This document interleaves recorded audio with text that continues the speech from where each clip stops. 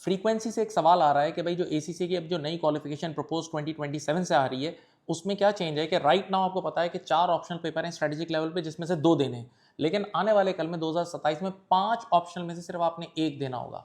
तो अब अगर कोई बच्चा एक ही ऑप्शनल पेपर अभी पढ़ ले और वो रुक जाए, वेट करे 2027 जैसे ही आएगा ना, तो यस उसे ऑटोमेटिकली एफिलिएशन का स्टेटस मिल जाएगा, एक पेपर दे यानी एक पेपर में ही हो गया, यानी उसके एक पेपर की बाकायदा फीस बच गई।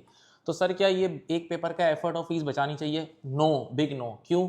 क्योंकि भाई अगर आप 2 साल वेट करोगे तो आप एफिलिएट 2 साल बाद बनोगे, अभी आप एफिलिएट ही नहीं बनोगे। तो सर अगर अभी हम एफिलिएट नहीं बनेंगे तो उसके क्या नुकसान आते हैं, सुनते जाएं। नंबर 1 नुकसान, भाई जितनी भी बिग 3 बिग 4 जो बड़ी फर्म्स हैं और बड़े एम्प्लॉयर्स हैं उनकी एडवर्टाइजमेंट आप पढ़ लें, वो जॉब एडवर्टाइजमेंट में क्लियर लिखते हैं कि हमें एफिलिएट चाहिए, तो आप उससे हाथ धो बैठे।